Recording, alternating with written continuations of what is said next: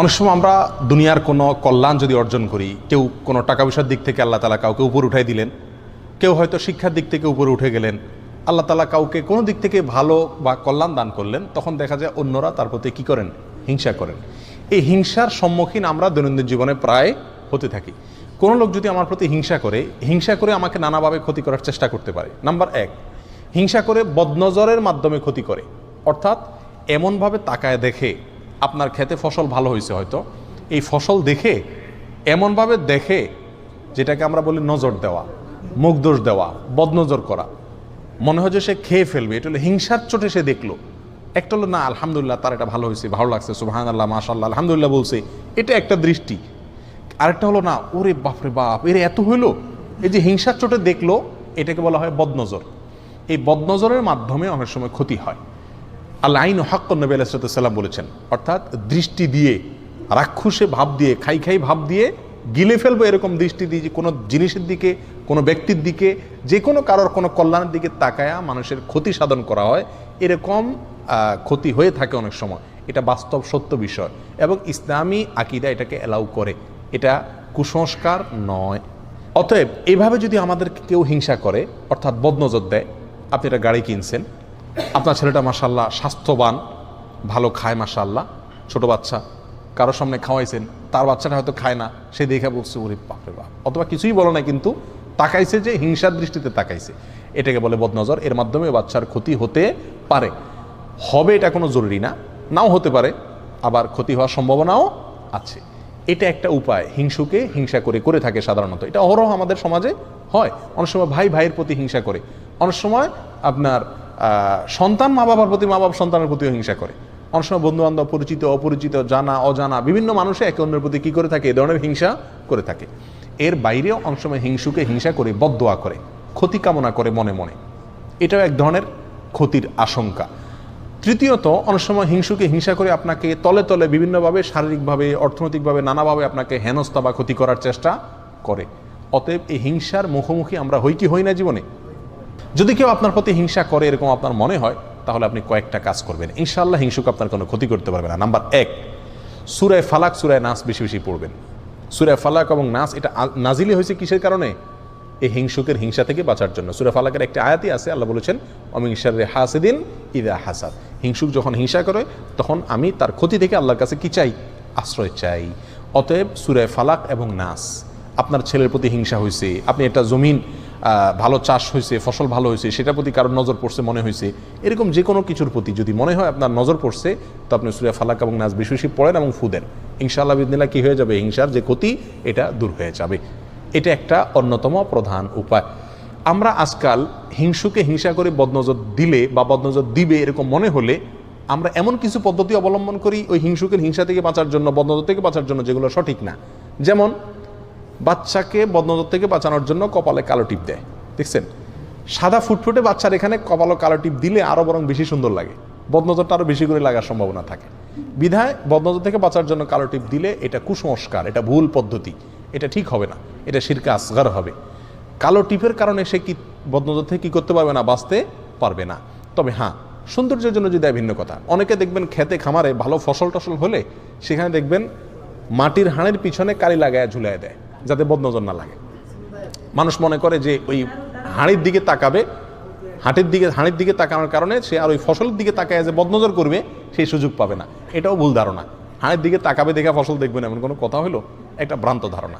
অনেকে দেখা যায় ঝাড়ু ঝুলাই দেয়, অনেকে দেখা দেয় বিভিন্ন ওই যে গরুর চোয়াল, হাড্ডি এগুলো ঝুলাই দেয়, অনেকে দেখবেন জুতা ঝুলাই দেয়, অনেকে চুল ঝুলাই দেয়। এরকম বহু তামাশা আমাদের দেশে আছে। মনে রাখবেন, এগুলো করে আপনি বদনজর থেকে বাঁচার কোনো উপায় নাই। আর এটা বদনজর থেকে বাঁচার, হিংসুকের হিংসা থেকে বাঁচার কোনো সহি পদ্ধতিও না। আপনাকে কি করতে হবে?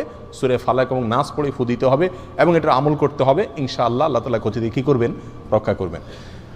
আরেকটা আমল হলো সকাল এবং সন্ধ্যায় 3 বার সূরা ইখলাস, কুল হুয়াল্লাহ, 3 বার সূরা ফালাক, কুল আযরাবিল ফালাক, আর 3 বার সূরা নাস। সকালে 3 বার, সন্ধ্যায় 3 বার পড়বেন। সারাদিনে সারা রাতে কোনো হিংসুকে কোনো হিংসা করে আপনার কি করতে পারবে না? ইনশাআল্লাহ ক্ষতি করতে পারবে না। কারোর প্রতি হিংসা করে ক্ষতি হয়েছে মনে হয়, পানিতে ফালাক নাস পড়ে ফু দেন, খেয়ে ফেলেন বা ছিটিয়ে দেন, ইনশাআল্লাহ বিদিনিল্লাহ কি হয়ে যাবে? হিংসুকের ক্ষতি, হিংসার কারণে যে ক্ষতি সেটা কি হয়ে যাবে? দূর হয়ে যাবে। নাম্বার 2, তাকওয়া অবলম্বন করা। আল্লাহ সুবহানাহু ওয়া তাআলা কোরআন কারীমের ভিতরে বলেছেন, ওয়া ইন তাসবিরু ওয়া তাত্তাকু লা ইয়াদুররুকুম কাইদুহুম শাইআ, যদি তোমরা ধৈর্য ধারণ করো আর গুনাহ থেকে বাঁচো, নিজে ভালো পথে থাকার চেষ্টা করো, হারামের দ্বারা কাছে না যাও, তাকওয়ার উপরে থাকো, তো মনে রাখবে তাদের চক্রান্ত, তাদের কোনো ষড়যন্ত্র তোমার কোনো ক্ষতি করতে পারবে না। অতএব সার্বিকভাবে যদি আমি তাকওয়ার উপরে থাকার চেষ্টা করি ভালো মানুষ হিসাবে, হারাম থেকে বেঁচে থাকার চেষ্টা করি, ইনশাআল্লাহ হিংসুকে হিংসা করে আমার কোনো ক্ষতি করতে পারবে না। নাম্বার 3, সকাল এবং সন্ধ্যায় অনেকগুলো দোয়া আছে যেগুলো পড়লে সারা দিনে সারা রাতে ইন্স্যুরেন্স হয়ে যায়, আল্লাহ সুবহানাহু ওয়া তাআলা হেফাজত করেন, এগুলো রক্ষা কবচ। আমরা বুঝি হলো তাবিজ লাগানো, তাবিজ ঝুলাই দিলাম, তাবিজে আমাদেরকে রক্ষা করে দিবে। কথা বুঝে আসছে? নবী আলাইহিস সালাম তার সারা জীবনে কখনো তিনি কাউকে তাবিজ দেন নাই বা তাবিজ দিতে বলেনও নাই। তিনি শিখাইছেন কি, সকালে এ দোয়া পড়ো, সারাদিন তোমার কোনো ক্ষতি করতে পারবে না কেউ, সন্ধ্যায় দোয়া পড়ো, সারা রাত কেউ তোমার কোনো ক্ষতি করতে পারবে না।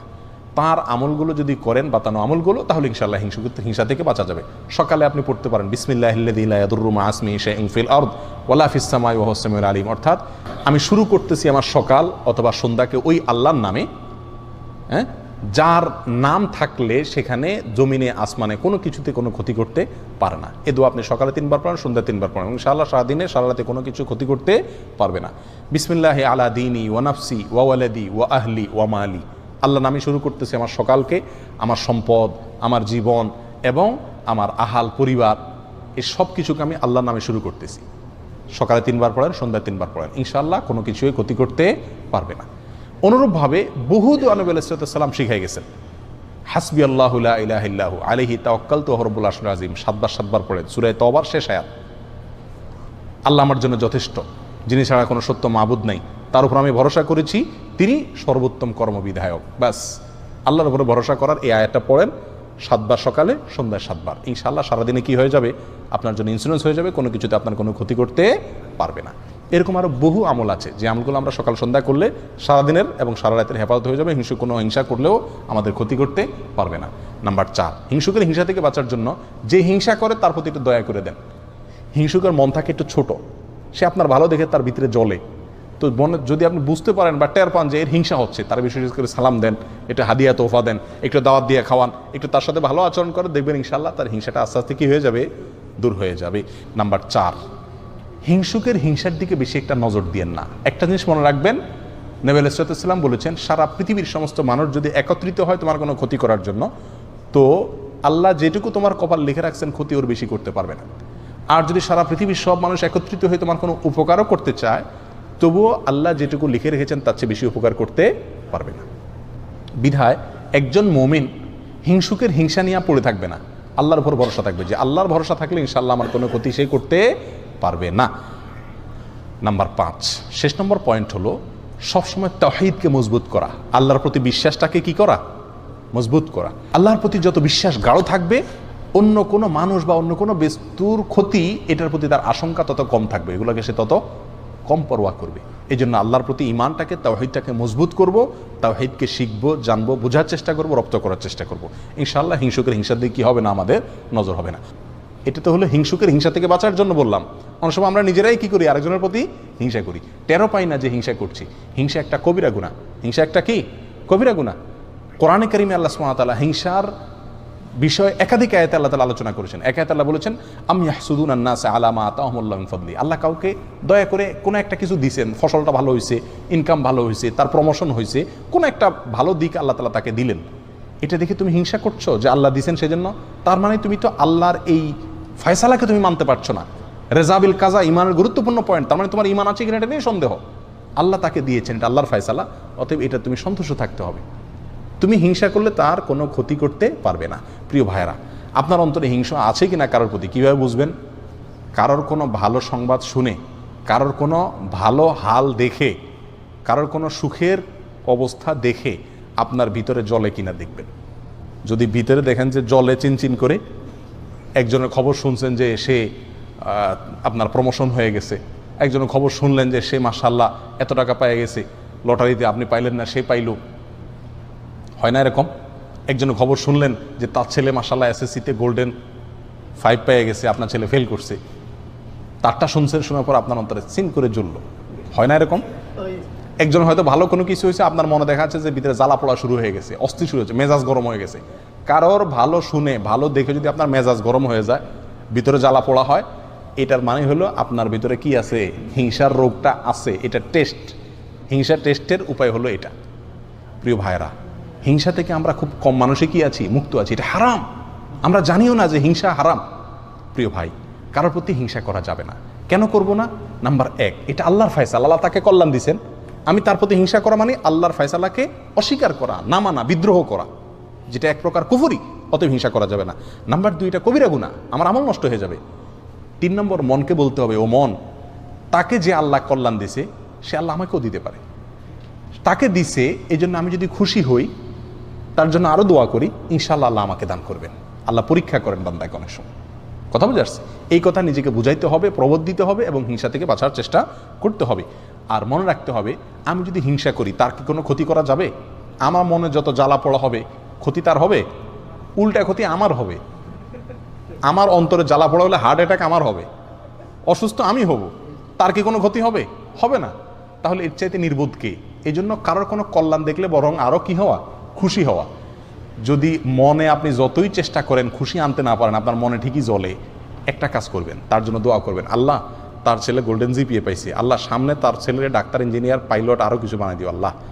মনে চায় না তবুও জোর করে মুখে দোয়া করেন, দেখবেন ইনশাআল্লাহ অন্তত কি হয়ে যাবে, হিংসা চলে যাবে। শয়তান দেখবেন যে বেজ্জত হয়ে চলে যাবে। আল্লাহ তাআলা আমাদের সবাইকে হিংসার এই ভয়াবহ অপরাধ থেকে, গুনাহ থেকে বেঁচে থাকার তৌফিক দান করুন। আর হিংসা করে আমাদের কোনো ক্ষতি করতে চাইলে সেখান থেকেও আমরা যেন সঠিকভাবে আত্মরক্ষা করতে পারি, সেই তৌফিক আল্লাহ তাআলা দান করেন। জাযাকুমুল্লাহ ওয়া খুদা আলহামদুলিল্লাহ।